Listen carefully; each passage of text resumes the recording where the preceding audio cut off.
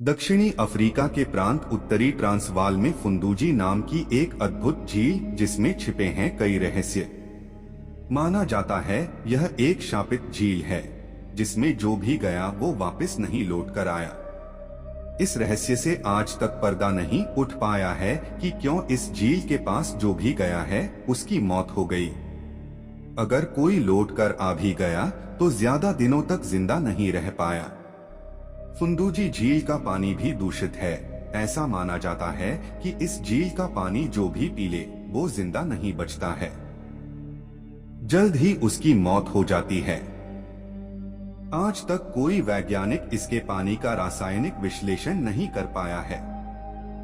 इस झील का पानी अजीबोगरीब तरीके से ज्वार भाटा की तरह उठता गिरता रहता है। मुटाली नामक एक नदी का स्वच्छ पानी इस झील में प्रवाह होता है, पर क्या ऐसा रहस्य है कि इसमें झील में जाते ही वो पानी जहर बन जाता है? कई वैज्ञानिक और विशेषज्ञों ने इस बात का पता लगाने का बहुत प्रयास किया, लेकिन इन्हें कोई भी सफलता नहीं मिली। यहाँ आए दिनों कोई न कोई घटना घटित हो जाती है। शुरू में इन घटनाओं को मात्र एक संयोग समझा जाता था, पर जब इस बारे में जानने के लिए खुद जांचकर्ता वापस नहीं लौटे तो अन्य जांचकर्ता सतर्क हो गए और झील से किसी भी तरह की छेड़खानी करने से कतराने लगे। यहाँ के लोगों का मानना है कि इस झील की रक्षा पहाड़ों पर रहने वाला एक दैत्याकार अजगर करता है। वेंदा आदिवासी लोगों द्वारा इस झील, जिसे यह अजगर देवता मानते हैं, को खुश रखने के लिए डोंबा नृत्य का आयोजन किया जाता है।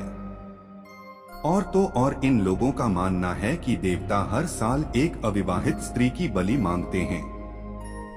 उनका मानना है कि इस झील का भराव और इसका रंग उन्हें अपने पूर्वजों के गुस्से और आने वाली बरसात के बारे में बताता है। हालांकि इस झील की सच्चाई क्या है यह आज भी रहस्य है।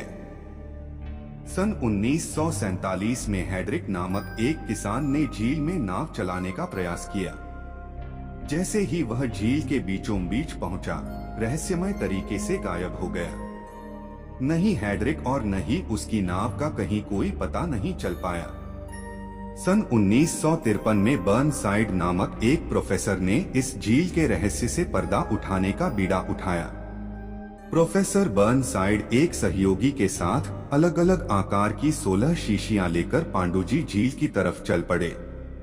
उन्होंने अपने इस काम में पास ही के बावेंडा कबीले के लोगों को भी शामिल करना चाहा, लेकिन कबीले के लोगों ने जैसे ही फुंदूजी झील का नाम सुना तो वे बिना एक पल की देर लगाए वहां से भाग खड़े हुए।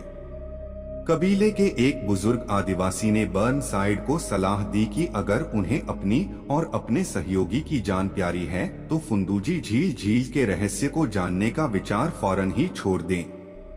उसने कहा कि वह मौत की दिशा में कदम बढ़ा रहा है, क्योंकि आज तक जो भी झील के करीब गया है उसमें से कोई भी जिंदा नहीं बचा।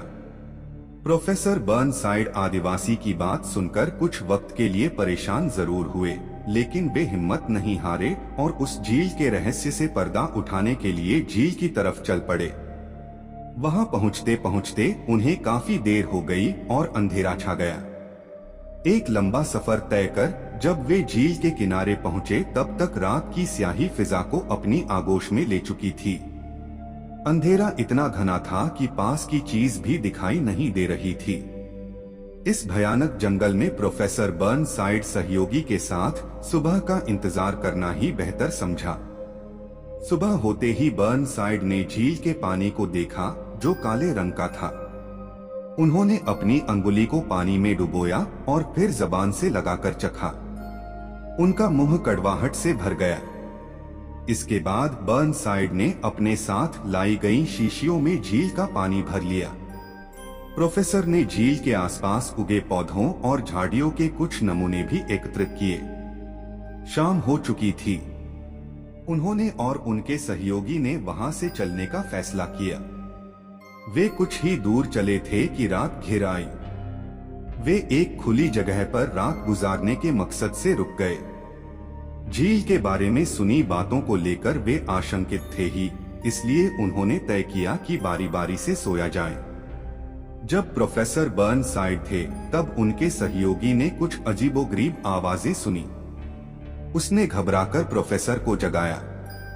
सारी बात सुनने पर बर्नसाइड ने आवाज का रहस्य जानने के लिए टार्च जलाकर आसपास देखा, लेकिन उन्हें कुछ भी पता नहीं चला। आवाजों के रहस्य को लेकर वे काफी देर तक सोचते रहे। सवेरे चलने के समय जैसे ही उन्होंने पानी की शीशियों को संभाला तो वे यह देखकर हैरान रह गए कि शीशियां खाली थीं। हैरानी की एक बात यह भी थी कि शीशियों के ढक्कन ज्यों के त्यों ही लगे हुए थे। वे एक बार फिर फुंदूजी झील की तरफ चल पड़े। बर्नसाइड खुद को अस्वस्थ महसूस कर रहे थे। उनके पेट में दर्द भी हो रहा था। वे झील के किनारे पहुंचे, बोतलों में पानी भरा और फिर वापस लौट पड़े। रास्ते में रात गुजारने के लिए वे एक स्थान पर रुके, लेकिन इस बार उनकी आंखों में नींद नहीं थी। वे सुबह यह देखकर फिर हैरान रह गए कि शीशियां खाली थीं। बर्नसाइड का स्वास्थ्य लगातार गिरता जा रहा था, इसलिए वे खाली हाथ ही लौट पड़े। घर पहुंचने पर 9वें दिन बर्नसाइड की मौत हो गई। पोस्टमार्टम रिपोर्ट के मुताबिक आंतों में सूजन आ जाने के कारण बर्नसाइड की मौत हुई थी। प्रोफेसर द्वारा एकत्रित झील के समीप उगे पौधों के नमूने भी इतने खराब हो चुके थे कि उनका परीक्षण कर पाना मुमकिन नहीं था। बर्नसाइड का जो सहयोगी उनके साथ फुंदूजी झील का रहस्य जानने गया था, उनकी मौत के एक हफ्ते बाद पिकनिक मनाने समुद्र में गया। वह एक नाव में बैठकर समुद्र के किनारे से बहुत दूर चला गया। 2 दिन बाद समुद्र तट पर उसकी लाश पाई गई। आज तक इस रहस्य का पता नहीं लग पाया है कि उसकी मौत महज एक हादसा थी या खौफनाक फुंदूजी झील का अभिशाप। इस अभिशप्त झील के बारे में जानकारी हासिल करने वालों की मौत भी इस झील के रहस्य की तरह ही एक रहस्य बनकर रह गई है।